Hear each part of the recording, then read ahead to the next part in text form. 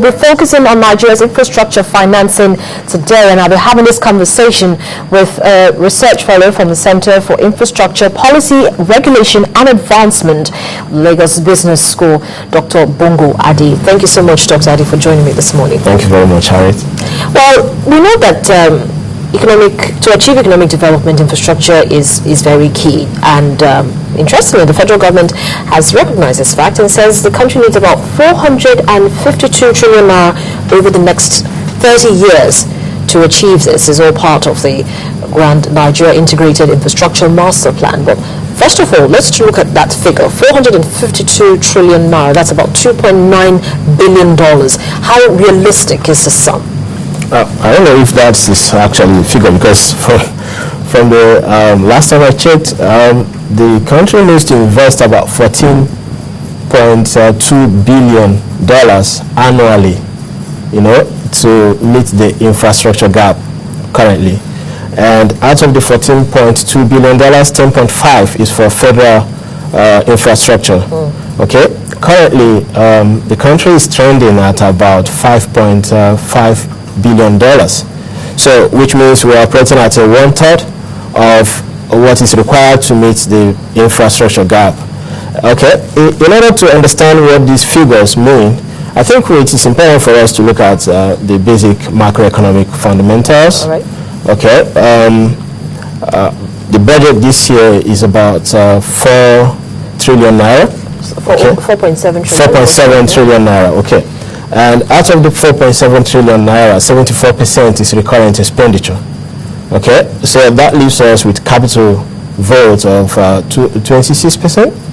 Okay, and I think that is what the lawmakers are actually haranguing about, because they're not happy with it. Okay. Now, we have to look at this vis-a-vis election year, because government doesn't want to release too much money into the system. But at the same time, when we have 74% recurrent expenditure, which means we are giving a leeway to inflation and and interest rates escalation in the system. So the Central Bank of Nigeria has been trying to keep at a certain level for the last couple of months. Yes. So, and then we are looking at. I don't want to talk about the rumors, because I choose to call them rumors going around about the missing funds between NPC and CBN. So I think the jury is still out on that matter. So I'm not going to comment on it. About financing infrastructure in Nigeria, I think it's a serious business, but whether the government has taken it seriously is something else. So when we look at the fundamentals, to talk about infrastructure, we need to look at the population growth rates and the rate of urbanization. These are all critical metrics that help us to determine what sort of infrastructure, the quantum of infrastructure, and also the sequencing and the speed at which we ramp up investment in infrastructure. For our economy, growing at the rate of, projected growth rate of 6.75%, according to Konjiwala at the last time. Of course, we can break down that growth into various components. One of them will be the population growth. Of course, when we have more people, economic activity will tend to escalate as much. Okay, so in order to have infrastructure sufficient to meet this growth, okay, what do we need to invest, and what are the sources of funding? Okay, right now what we have as it is just what the government is able to offer, but we are not sure that the government has released as much money as it is capable of doing. Okay, since we can still hear rumors of missing monies here and there, and our capital expenditure is only 26% of our budget, which means we can still do better than that. Let me now ask you, 26% of the budget is set aside for capital expenditure, which means that if this Nigeria Integrated Infrastructure Master Plan was not even factored into that 26% that we have actually, we know has been set aside as capital expenditure. Well, I don't know, but I think the budget was robust enough, and when you listen to the Honorable Minister of Finance, Dr. Konjiwala, I think the process that led to the budget was rigorous. So I'm sure they took it into consideration. But of course, infrastructure spending has to compete with other important spending in the system. Yes, we talk about recurrent expenditure of 74%, which is quite high. But we also know that unemployment is also very, very high. The coordinating minister of the economy also said that the system has added about 1.6 million jobs in the past 1 year. But the unemployment rate, official figure from the Bureau of Statistics, is about 25%, which means people don't have jobs. That's 25% of total population in Nigeria? Yes, 25% unemployment. Well, not of total population, of employable level anyway. People who have skills, who are looking for job, that's what we look at. Well, that is the statistics we look at when we want to work out the unemployment rate. Not everybody, because not everybody is looking for job, and not everybody is in the working in the labor force. So we have to look at, consider the labor force in that calculation. So 25% of people looking for job, and only 1.6 million jobs. 25% of Nigerians, of 170 million people, you know what that is. So which means a lot of people are still unemployed. Now, the recommendation to the government is now to begin to sack workers, to close down overbloated ministries. Yes, we know that those ministries are overbloated, but then the question will be, if you get them out of those places, where are they going to work, especially in the short term? I mean, we will be creating room for social unrest and so on. So these are all issues I think the government confronted in working out the budget. Yes. Let's go back to that master plan now. What do you actually make of it? This Nigeria Integrated Master Plan was actually talked about, it was developed and launched last year, and there's been so much debate, some for, some against it. What are your thoughts on it?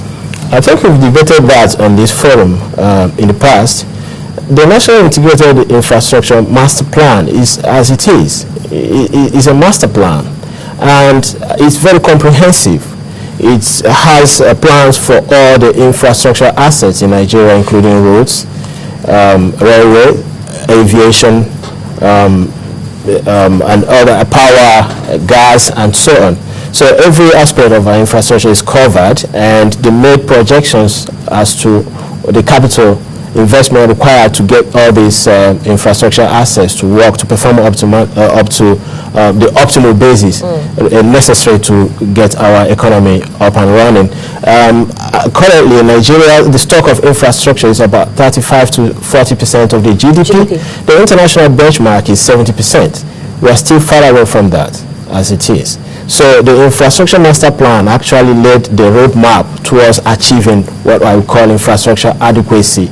You know, given what the ambition to be among the 20 leading economies. And if we're looking at going to about 70%, which is what is obtainable internationally, are we on the right path? Have we started what we should be doing to make sure that we are able to achieve that 70% of GDP for infrastructure development?